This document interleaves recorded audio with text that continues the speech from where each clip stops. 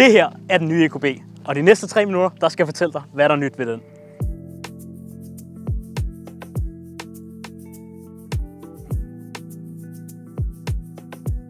Indvendigt, der ligner EQB'eren præcis den samme, men der er sket nogle markante ændringer på.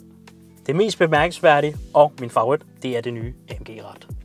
Touchpadden har de fjernet og lavet det her lille fine hulrum. Der kan du have plads til dine nøgler, dine kort, men der er ikke plads til telefonen. Skal du have den, så kan du lægge den deroppe, og på den, der hedder Advance Plus og AMG Premium, kan du have trådløs opladning. Det nye MBUX, nye processor, bedre grafik, og så kan den snakke dansk. Hvad siger en løve? I øjeblikket er det regnvejr i Løve med en temperatur på 17 grader. Okay. Yep. De her lister er standard på den danske version.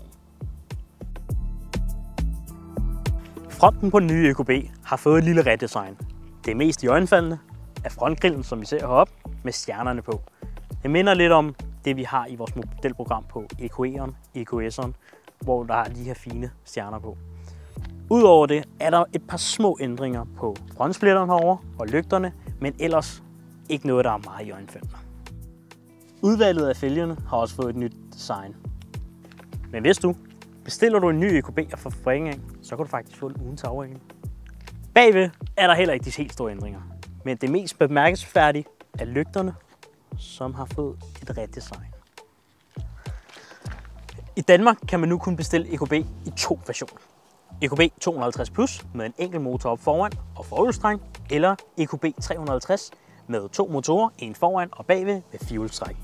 Standard nu kommer EQB'eren i AMG-linen og har fået en forbedring på rækkevidden. Noget af det, vores kunder har efterspurgt rigtig meget om, og måske også fravalgt EQB'eren på, det er vores anden...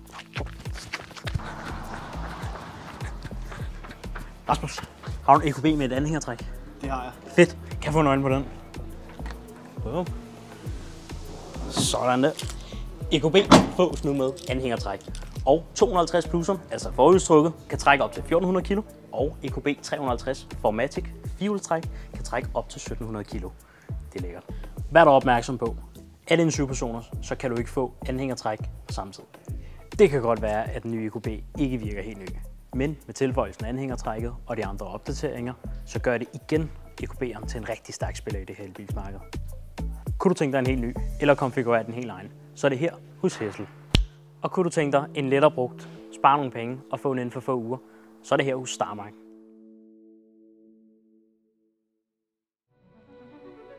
Hej Mercedes.